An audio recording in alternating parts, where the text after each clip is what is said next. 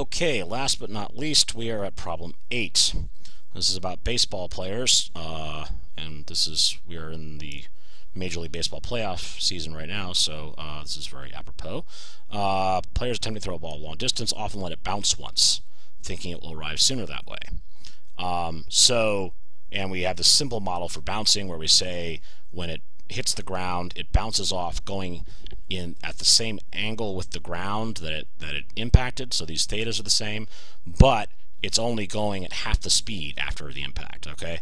And so we're going to say, look, this is a player who can throw the ball at 45-degree angle, just launch it through the air, through the air like that, at 45 degrees angle, have it go 50 meters at 45-degree launch, okay, and he can do that. And so now he can throw the ball at the same speed. If he throws it lower and tries to bounce it once, will it get there faster? So that's the question.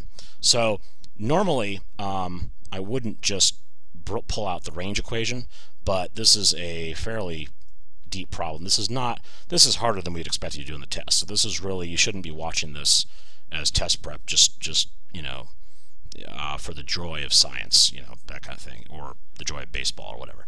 Okay, so I've written down already the calculations for the no bounce throw, where he just throws it through the air like I drew above. This is the range equation, and this is also the range equation, just with the trig identity changed. And he throws it 45 degrees, so sine of 2 times 45 degrees is sine of 90 degrees, which means that this becomes 1, so it goes away. And when you throw it at 45 degrees, the range equation becomes this. And so we can use this to solve for that initial speed he can give the ball. So the initial speed this guy can give the ball is square root of g times the distance he can cover over the horizontal range he can throw it at. Okay, so with that as our starting point, I'm going to move on and consider the one bounce case. So the thing to see about the one bounce case is that you throw it up at some angle, we don't know what, okay, and then it hits the ground. That's not really meant to be that way, sorry. Okay, so you throw it up at some angle, it goes like that, hits the ground, okay, something like that. Okay, we don't know what it is, but we do know what that V naught is, okay? And then what happens is it bounces, okay, and it's going to hit the ground. It's going to come back up with half of the speed it had initially.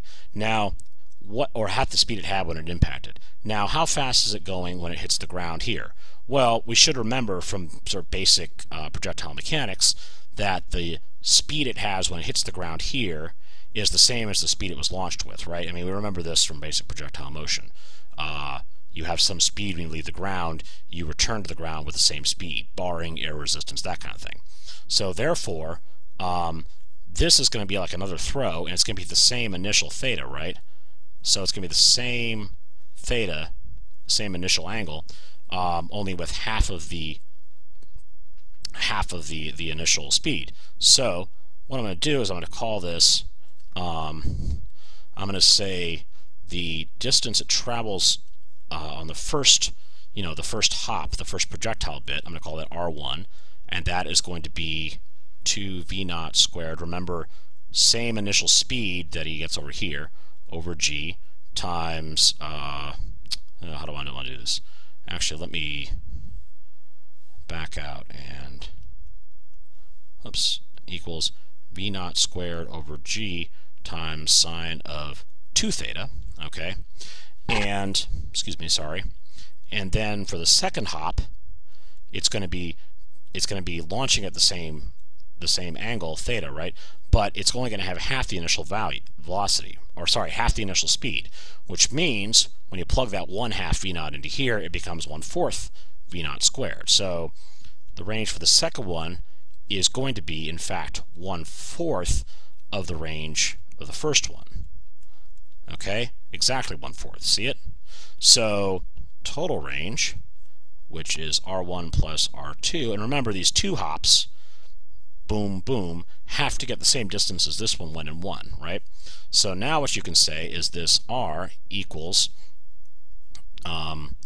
this plus this, so it's going to be, the way this works out, 5 v naught squared over g times sine of 2 theta. Okay, so then where do we get to now? So now to get the same range, right? We need okay, right. So now, oh yeah, okay. So here we go. So this r here is the same as this r here, right? So now we can put these two together and substitute this in right here. So we can go v naught squared over g equals 5 v naught squared over g sine 2 theta, which means that, so, oh, I'm sorry, this is over 4. Whoops, over 4. So if you were confused a minute ago, I forgot that 5/4. My bad. Okay, so what this is going to mean is that sine of 2 theta is going to be 4/5, which is of course 0.8. And so, hang on just a second, I got a text a minute ago from, probably from my wife. Who's that person? Oh, she's on the metro. Okay, so she's on her way home. Good, this is the last problem. Okay, so the sine of 2 theta is going to be 0.8. So let's really fast take, let's see, we're in degrees here, so 0.8, and then I'm going to try to inverse sine that, and we get it. So it's 53. Okay, now, but here's the thing. Let's just be clear about this. 2 theta equals either 53 degrees, or what is it, 53.1, sure, close enough, okay, 53.1 degrees, or it can be 180 minus that, okay, that's how sine works. So if you're doing the inverse sine of something, then what your calculator gives you is one possibility, then 180 minus that is the other one. So 180 minus 53.1 is going to be 120, excuse me, 6.9 degrees.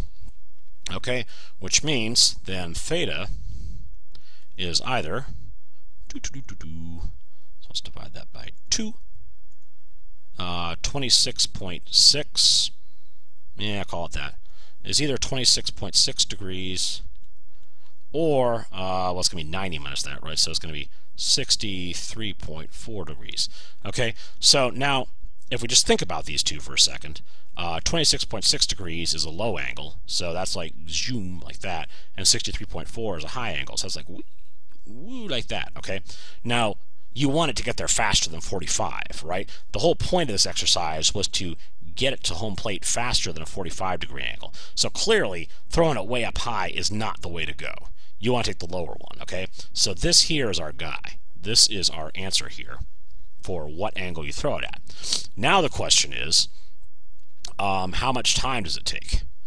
Okay, so that's a whole, let's see, sorry, I've got to make myself some more space on this here little paint canvas, so pardon me. And don't you wish like your notebook could work like that? Like you just open up a little menu and then bam, more paper. Okay, I guess you just have to turn the page, don't you? Okay, so now how long does it take when you're doing the one-hop thing? How long does it take to get from here to here?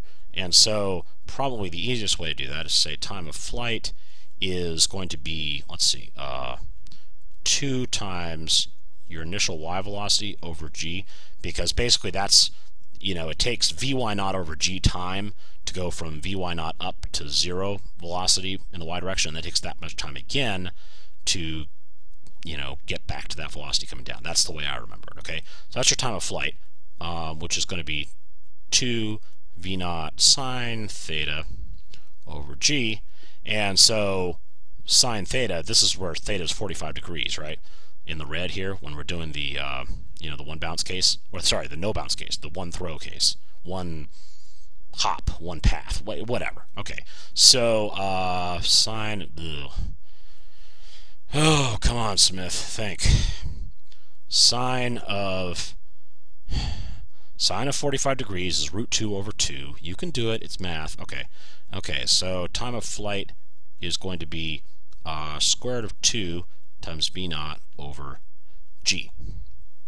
Okay, or I'll just say root 2 v naught over g. Fine and dandy. Okay, now, which is going to be, 1.414 v naught over g. Okay, now, over here on the 2 bounce thing, for the first one, so I'm going to call it T1 is the time for it to do the, the first shot, like that, and then the second one is going to be T2. So T1 is going to equal that initial velocity, or 2 times that initial velocity, times, or 2 Vy naught over, hang on, sorry, 2 V naught sine theta, which is this theta now, over g.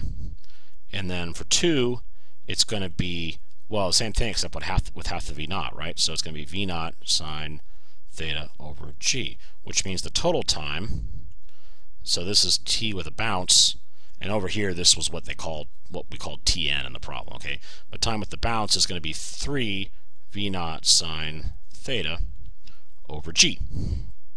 Okay, which means now